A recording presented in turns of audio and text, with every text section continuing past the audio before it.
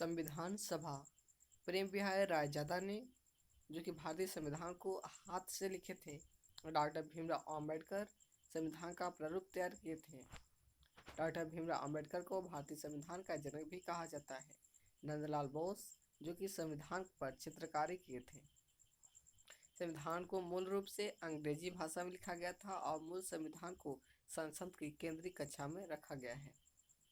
संविधान सभा की जो पहली बैठक थी वो 9 दिसंबर 1946 को हुआ और इसका अस्थायी अध्यक्ष डॉक्टर सच्चिदानंद सिन्हा को बनाया गया था।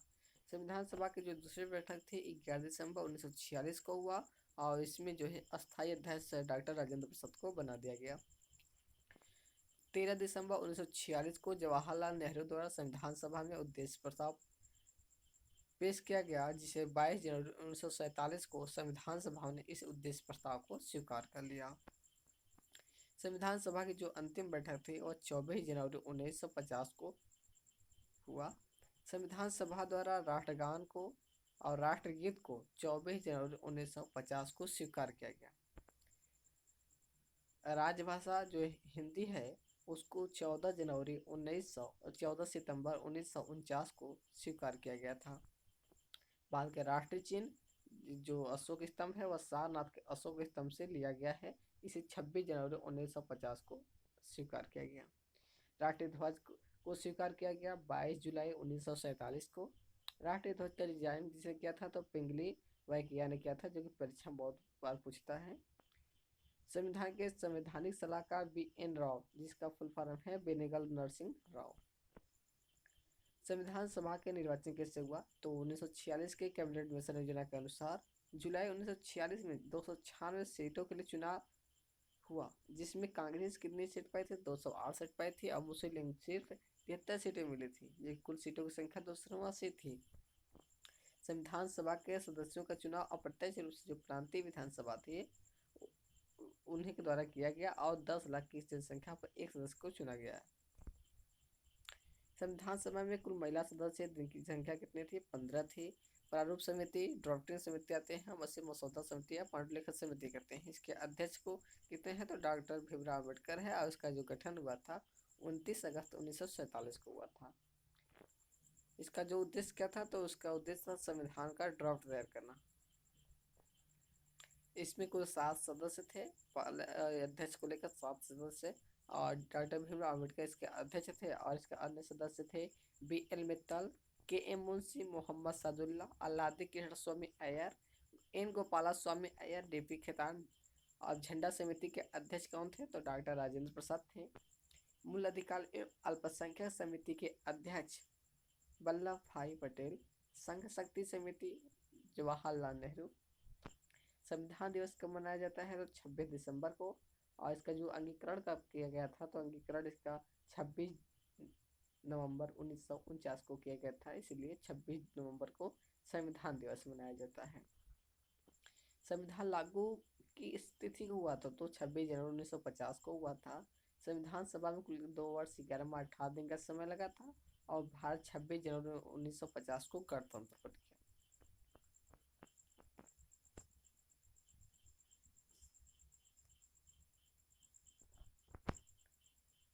अब आते हैं हम संघ राज्य क्षेत्र के बारे में देखते हैं। पार्ट 1 यानी भाग 1 अनुच्छेद 1 से लेकर 4 तक में हमारा संघ और राज्य क्षेत्र के बारे में दिया गया है। तो अनुच्छेद 1 क्या कहता है, भारत अर्थात जो इंडिया है वह राज्यों का संघ होगा।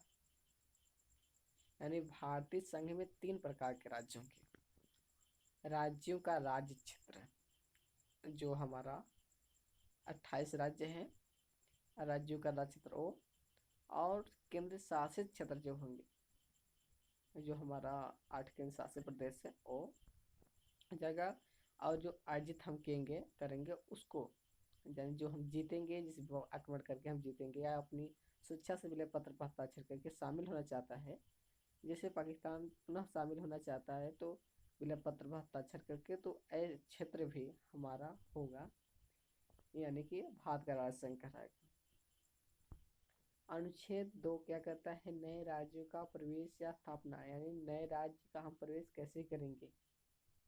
तो यदि भारत संघ में नए राज्य को शामिल करना है कैसे करेंगे, तो यह इसमें बताया गया है, यह कार्य संसद कर सकती है। अनुच्छेद 3 क्या करता है, नए राज्यों का प्रवेश या स्थापना तथा वर्तमान जो राज्य है उसके नाम सीमा विवर्तन। अनुच्छेद 3 कहता है कि जो वर्तमान में हमारे राज्य है उसके नाम और सीमा में परिवर्तन कैसे करेंगे। तो किसी भी जो है राज्यों के नाम सीमा में परिवर्तन करने का जो अधिकार है वह संसद के पास है और यह साधारण बहुमत से कर सकती है। लेकिन इससे पहले राष्ट्रपति को उस राज्य की विधानसभा से परामर्श लेना पड़ता है, लेकिन वह उनके परामर्श को लेना बाध्यकारी नहीं है। अगर वह मना कर देते हैं कि हमारा राज्य सीमा परिवर्तन नहीं होगा तो ऐसा राष्ट्रपति मानने को बाध्यकारी नहीं है। भाषा के आधार पर राज्यों का मांग किया गया जो, तो भाषा के आधार पर सबसे पहला राज्य आंध्र प्रदेश बना, जो इसका गठन 1 अक्टूबर 1953 को हुआ। राज्य पुनर्गठन आयोग बना 1953। अफजल अध्यक्ष कौन थे, तो फजल अली, और सदस्य इसके था हृदयनाथ कुंजरू और के.एम. पाड़ेकर। राज्य पुनर्गठन अधिनियम 1956 के अनुसार भारतीय राज्यों की 4 श्रेणी ABCD को तोड़ दिया गया। जो श्रेणियां थी उसको तोड़ दिया गया और तोड़कर 14 राज्य और 6 कॉन्टिनेंट्स प्रदेश का निर्माण हुआ, केंद्र शासित प्रदेश का निर्माण किया गया। प्रारंभ में जो हमारा 14 ही राज्य और 6 केंद्र शासित प्रदेश था जब हमारा देश आज़ाद हुआ था, गणतंत्र हुआ था तभी। जम्मू कश्मीर केंद्र शासित प्रदेश बना 5 अगस्त 1919 को 5 अगस्त 2019 को, और लद्दाख भी उसी दिन बना था 5 अगस्त 2019 को, जब धारा 370 हटाया गया था उस टाइम में। तेलंगाना राज्य बना था 2 जून 2014 को। छत्तीसगढ़ राज्य बना था 1 नवंबर 2000 को। उत्तराखंड राज्य बना 9 नवंबर 2000 को। झारखंड राज्य कब बना, 15 नवंबर 2000 को। गोवा, दमन दीव और दादर नगर हवेली, इस पे किसका अधिकार था, तो पुर्तगालियों का क्षेत्राधिकार था।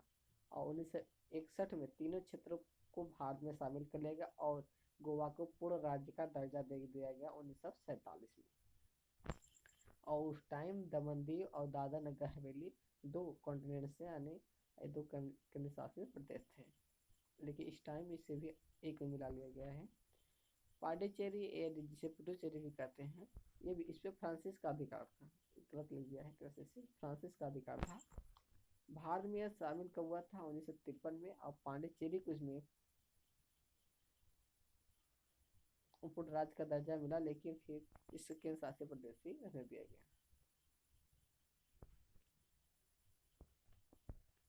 सिक्किम, सिक्किम पर किसका अधिकार था, चोग्याल वंश का क्षेत्राधिकार था इस पे। यह हमारा सहराज्य बना था, शुरू में इसके हमारा सहराज्य बना था, 1 साल के बाद इसे पूर्ण राज्य बना दिया गया। तो 1977 में स्वराज्य बना और 1975 में इसको पूर्ण राज्य का दर्जा दे दिया गया। दमन दीव और दादर नगर हवेली को एक कर दिया गया 26 जनवरी 2020 को, भी हाल ही में 20 को 2 साल पहले दादर नगर हवेली को एक करके इसका राजधानी दीव और दादर कर दिया गया है। दीव और दादर को क्या राजधानी दमन कर दिया गया, सिर्फ वाली दमन हो गया है।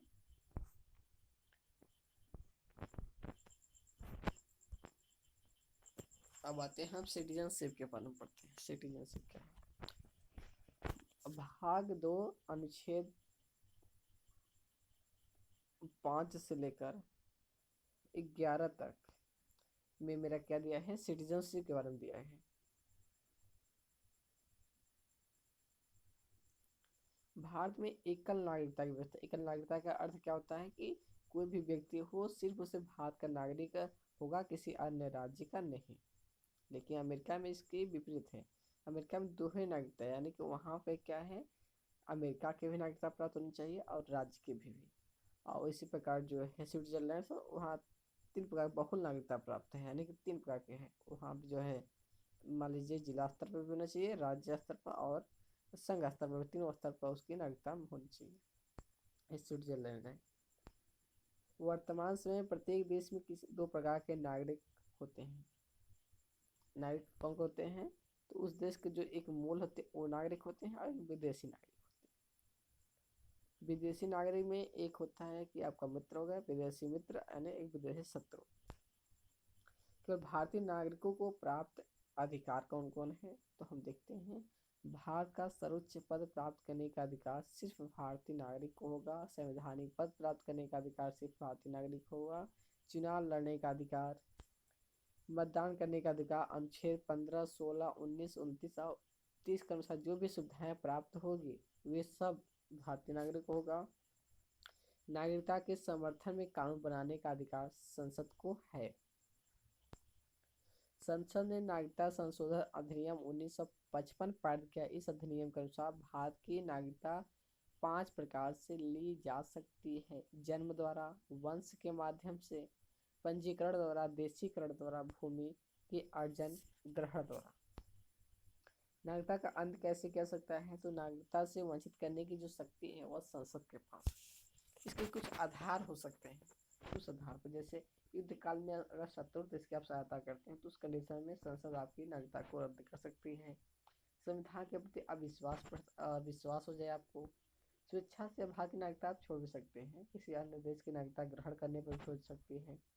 बिना सूचना दिए आप लगातार बाहर रह रहे हैं 7 वर्षों से, तभी आपकी नागरिकता को समाप्त कर दिया जाएगा।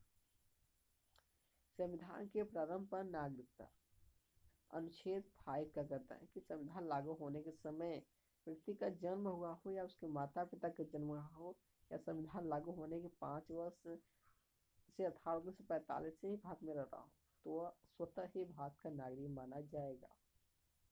यानी आर्टिकल 5 कहता है। आर्टिकल 6 क्या कहता है कि भारत से पाकिस्तान से जो आने वाले व्यक्तियों को नागरिकता संबंधी प्रावधान का उल्लेख करता है। पाकिस्तान जो चले गए हैं वहाँ जो आ रहे हैं उसको नागरिकता, भारतीय नागरिकता किस प्रकार प्राप्त होगी, ये आर्टिकल 6 कहता है। आर्टिकल 7 क्या कहता है कि भारत से पाकिस्तान जाने वाले और कुछ समय पाकिस्तान में रहकर पुनः इंडिया में लौटने वाले व्यक्ति के लिए नागरिकता कैसे मिलेगी, इसका विवरण जो है अनुच्छेद 7 दिया गया है। आर्टिकल 8 क्या कहता है कि भारत से जो बाहर रहने वाले हैं उन व्यक्तियों के साथ नागरिकता कैसे दी जाएगी, तो संविधान सभा ने इसकी व्यवस्था आर्टिकल 8 में कर दिया है कि जो हमारा इंडियन नागरिक सिटीजन जो विदेशों में काम कर रहे हैं उन प्रकार के नागरिकता संबंधी प्रावधान किस प्रकार के होंगे, यानी उन्हें हम नागरिक अपना इंडिया मानेंगे, इंडिया के नागरिक कि नहीं, तो इस संबंध में आर्टिकल 8 प्रावधान करता है। आर्टिकल 9 स्वेच्छा से भारत की नागरिकता छोड़ देने पर भारत का नागरिक रहना यानी एकल नागरिकता का प्रावधान।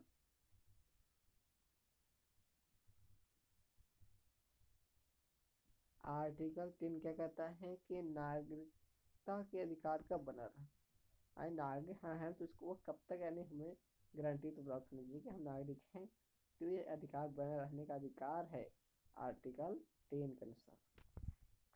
अनुच्छेद 11 क्या कहता है कि नागरिकता के संदर्भ में जो कानून बनाएगा वो किसका तुम्हें शक्ति होनी चाहिए, तो इसका शक्ति संसद का हाथ में होनी चाहिए।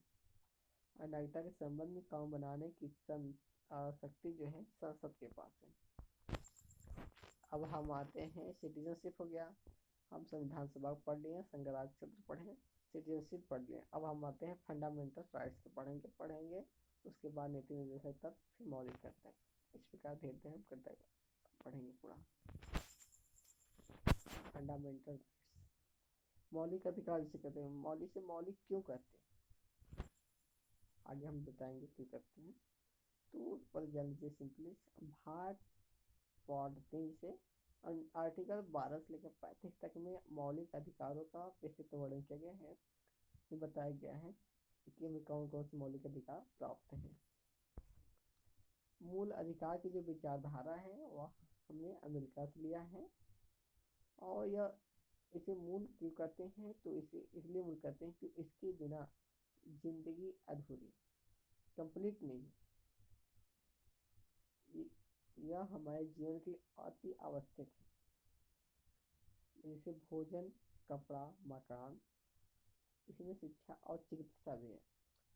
तो ये जो है व्यक्तित्व के विकास के लिए एक आवश्यक तत्व है, आवश्यक तत्व है, इसलिए इसे मूल कहा गया है।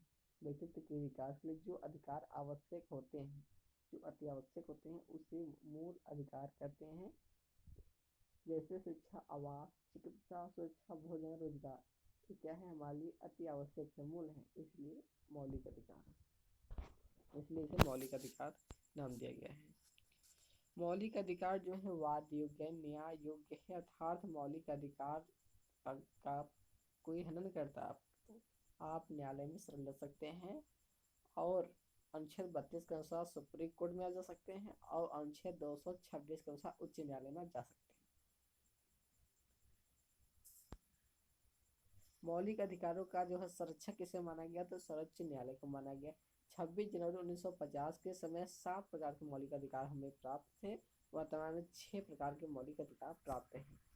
ये कौन कौन अधिकार है, तो समता का अधिकार जो है अनुच्छेद 14 से 18 तक में दिया गया है। स्वतंत्रता का अधिकार जो है 19 से 22 तक। शोषण के विरुद्ध जो है अनुच्छेद 23 से 24 तक, और स्वतंत्रता का अधिकार अनुच्छेद 25 से 28। संस्कृति और शिक्षा संबंधी अधिकार अनुच्छेद 29 से 30। संवैधानिक उपचारों का अधिकार अनुच्छेद 32। संपत्ति का अधिकार 26 जनवरी 1950 के समय मौलिक अधिकार था, लेकिन अब ये मौलिक अधिकार नहीं बल्कि कानूनी अधिकार है, विधिक अधिकार है। इसका उल्लेख किस में था, तो अनुच्छेद 19 फर्स्ट के क्लॉज 6 तथा अनुच्छेद 21 में था, लेकिन 44वां जो संविधान संशोधन किया गया 1978 में, तब से इसका उल्लेख आर्टिकल 300 की क्लॉज क में रख दिया गया है, इसे कानूनी अधिकार दे दिया गया है। आर्टिकल 19 की क्लॉज 4 में अर्जित संपत्ति की चर्चा, और अनुच्छेद 31 में पैतृक संपत्ति की चर्चा थी, जो इसे हटा दिया गया।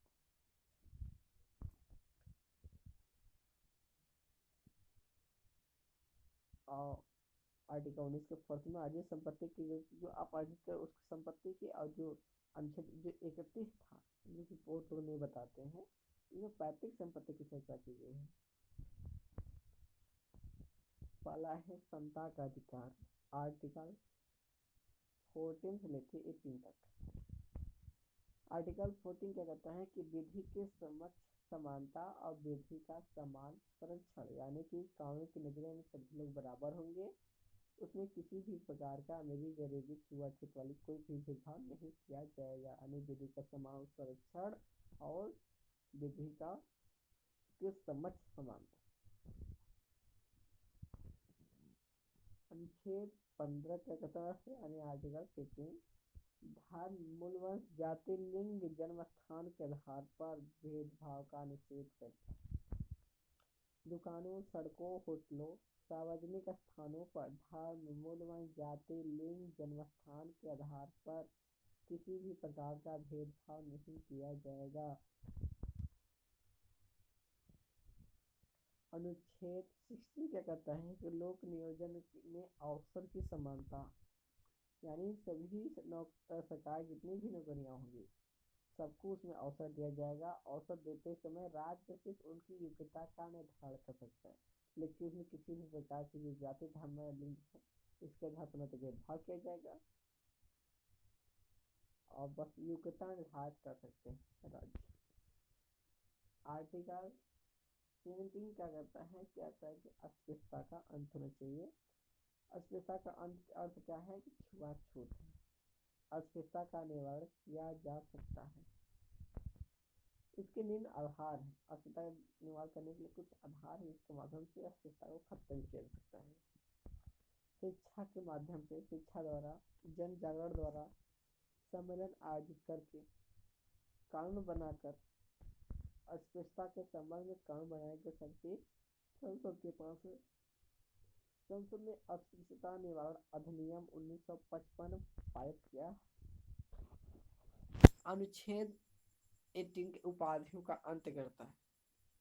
अंग्रेजों के टाइम में विभिन्न प्रकार की उपाधियां जय हिंद, केसर और नाइटहुड की उपाधि मिलती थी, इस प्रकार की उपाधियों का अंत करता है।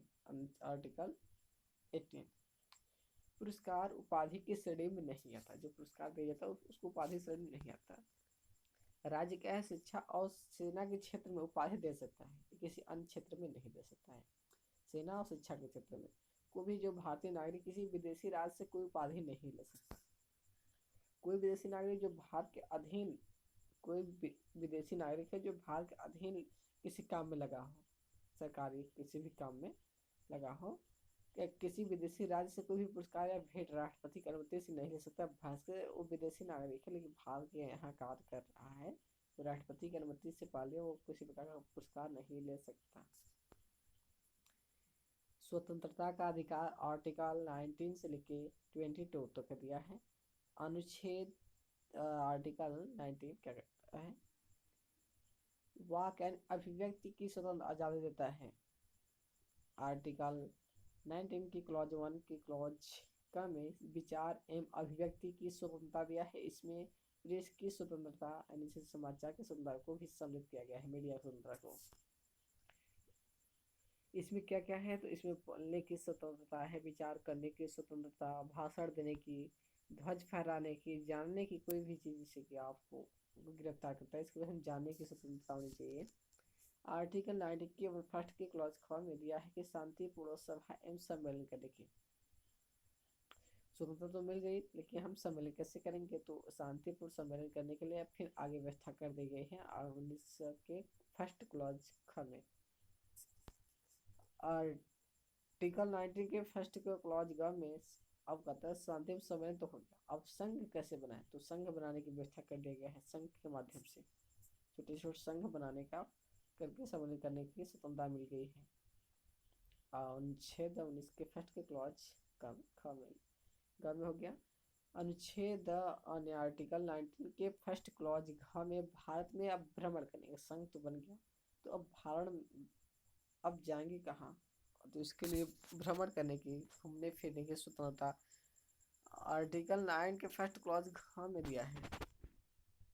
आर्टिकल 19 के फर्स्ट क्लॉज जंगा में कहीं पर बसने की, अब तो भ्रमण हो गया तो कहीं पर रहने होने की व्यवस्था नहीं चाहिए, तो इसके लिए जो अनुच्छेद यानी आर्टिकल है 19 के फर्स्ट क्लॉज अंगा में दे दिया गया है कि आप कहीं भी जाइए, रहिए, खाइए, मस्त रहिए, कहीं पर बसने की सुविधा दे दिया है। आर्टिकल 90 के फर्स्ट क्लॉज में को हटा दिया गया है, जो कि यही इसी का संपत्ति का अधिकार दिया था, तो उसको यहीं से हटा दिया गया है। इस बात को करना। अनुच्छेद 9 के फर्स्ट क्लॉज 6 में कोई भी रोजगार करने की सुविधा, अब तो कहीं बस गए तो कुछ चाहिए रहने खाने पीने के लिए, तो इसके लिए पैसे का स्वतः तो रोजगार करने की व्यवस्था कर दिया गया आपको। 90 के फर्स्ट क्लॉज 6 में अब आता है अनुच्छेद यानी आर्टिकल 20 अपराधों के संबंध में दोष सिद्धि के लिए संरक्षण।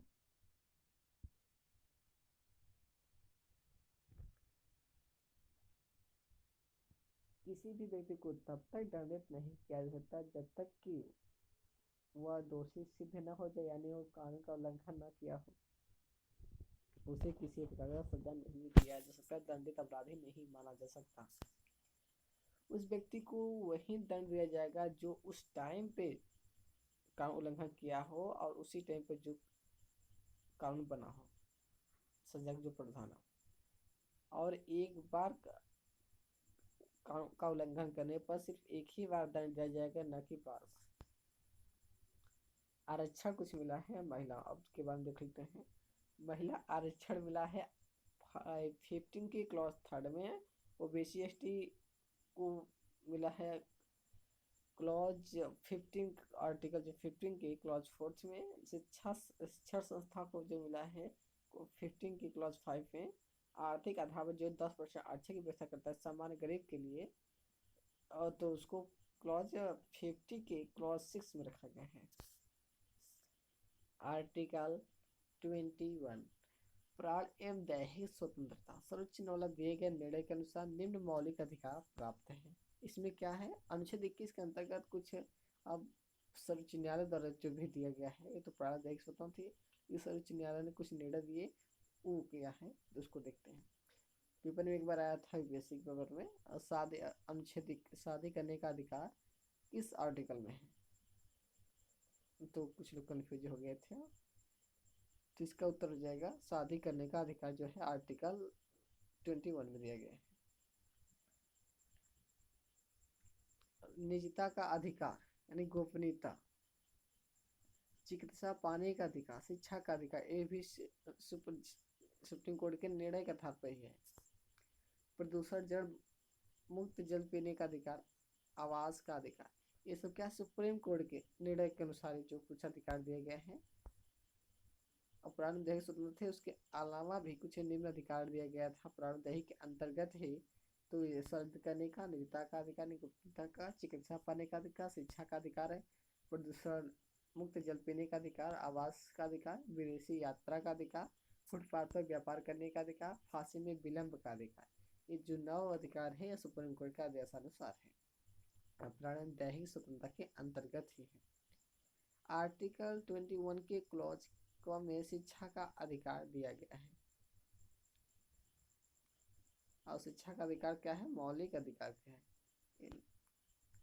इसमें क्या है, 6 से 14 वर्ष के आयु वर्ग के जो बालक बालिका होंगे उनको निःशुल्क एवं अनिवार्य शिक्षा दिया जाएगा। ये कब मतलब हुआ था? तो जो 86वां संविधान संशोधन हुआ था 2002 में, उसके अनुसार इसे शिक्षा का अधिकार में सम्मिलित किया गया। आर्टिकल 22 कुछ दशाओं में गिरफ्तारी एवं निवारक कानून से संरक्षण।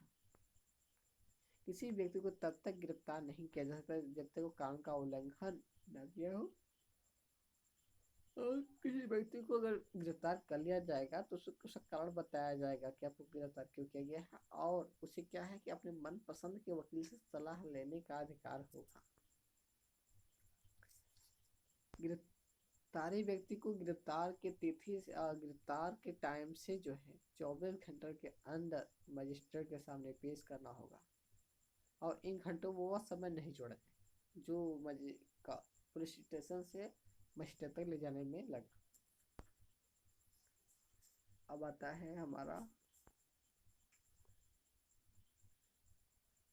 शोषण के विरुद्ध अधिकार। तीसरा है हमारा समता का अधिकार, हमने पढ़ा, स्वतंत्रता का अधिकार पढ़ा, अब शोषण के विरुद्ध अधिकार। आर्टिकल 23 और 24 में जो है शोषण के अधिकार दिया है। आर्टिकल 23 में कहा गया है कि मानव के दुर्व्यापार, बेगार, बलात्श्रम का निषेध करता है। यह अधिकार नागरिक और गैर नागरिक दोनों का है, एक विदेशी होगा तो भी और अपना इंडियंस होगा तो भी यह अधिकार दोनों को प्राप्त है। आर्टिकल 24 क्या कहता है? आर्टिकल 24 कहता है कि 14 वर्ष से कम आयु के बालकों को जोखिम भरे उद्योगों में काम करने पर प्रतिबंध लगाता है।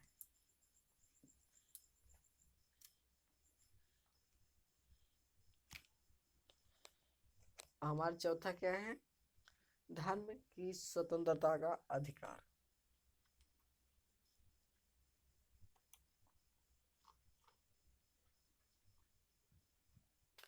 धर्म की स्वतंत्रता का अधिकार आर्टिकल 25 से लेकर 28 तक दिया है। अनुच्छेद 25 क्या कहता है? अंतःकरण की स्वतंत्रता, धर्म के अभ्यास, प्रचार प्रसार की स्वतंत्रता।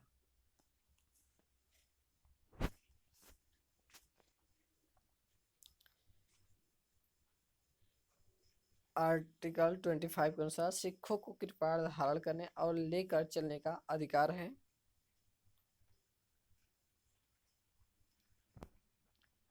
आर्टिकल 26 के अनुसार धार्मिक कार्यों के प्रबंधन का अधिकार है, स्वतंत्रता मिली है।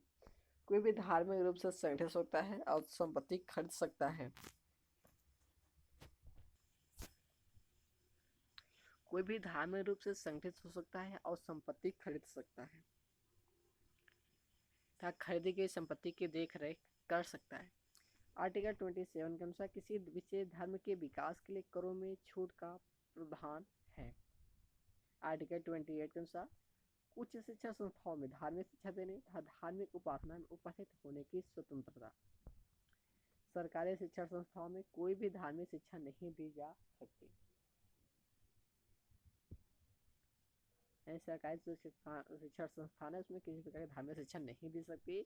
और सरकारी शिक्षा संस्थाओं में बच्चों से पूछकर, यदि बच्चे छोटे हैं तो उनके माता पिता से पूछकर दी सकती है। लेकिन न्याय ट्रस्ट के विद्यालय में धार्मिक शिक्षा दी जा सकती है। मानता है पांचवा क्या है मौलिक अधिकार के अंतर्गत संस्कृति और शिक्षा संबंधी अधिकार, आर्टिकल 29 से लेकर 30। आर्टिकल 29 क्या कहता है कि अल्पसंख्यक के हितों का संरक्षण की व्यवस्था करता है, अल्पसंख्यक वर्गों के हित का। तो संविधान में अल्पसंख्यक की परिभाषा धर्म और भाषा के आधार पर की गई। अल्पसंख्यक जो धर्म और भाषा के आधार अल्पसंख्यक है वे लोग अपनी भाषा और लिपि संस्कृति के कल्चर के नष्ट होने से बचा सकते हैं। वर्तमान समय में 6 समुदायों को अल्पसंख्यक समुदाय का दर्जा दिया गया है। मुस्लिम, बौद्ध, जैन, सिख, ईसाई, फारसी। मुस्लिम, बौद्ध, जैन, सिख, ईसाई, फारसी। आर्टिकल 30 क्या कहता है कि अल्पसंख्यक वर्गों को अपनी मनपसंद के शिक्षा संस्थाओं की स्थापना प्रशासन करने का अधिकार है। धर्म और भाषा के आधार पर अल्पसंख्यक समुदाय स्कूल खोल सकता है, उसकी देखरेख कर सकता है। संवैधानिक उपचारों का अधिकार 6 मौलिक अधिकार है मेरा है, अनुच्छेद 32 में दिया गया है। अनुच्छेद 32 का कहता है संवैधानिक उपचारों का अधिकार। डॉक्टर भीमराव अंबेडकर ने अनुच्छेद 32 को संविधान की आत्मा कहा है। मौलिक अधिकारों का उल्लंघन होने पर अनुच्छेद 32 के अनुसार सर्वोच्च न्यायालय में जा सकता है। अब मौलिक अधिकारों को दिलाने के लिए 5 प्रकार की रिट यानी याचिका दायर जारी करता है। याचिका का अर्थ होता है आदेश, प्रतिलेख, लेख होता है। इसमें है बंदी प्रत्यक्षीकरण यानी बंदी को मजिस्ट्रेट के सामने पेश करना, परमादेश यानी हम आदेश देते हैं, प्रतिषेध यानी मना करना, उत्प्रेषण यानी पूर्णतया सूचित कीजिए, अधिकार परीक्षा आपका अधिकार क्या है, आप किस अधिकार से इस पद पर है। अनुच्छेद 33, 34 और 35 किसी को नहीं बताया जाता, लेकिन है आर्टिकल 33 में सैनिक, अर्धसैनिक बलों एवं खुफिया एजेंसियों के मौलिक अधिकार पर प्रतिबंध। आर्टिकल 34 में मार्शल लॉ लागू होने पर देश में जब मार्शल लॉ लागू हो जाएगा उस समय मौलिक अधिकार क्या प्रतिबंधित हो जाएगा।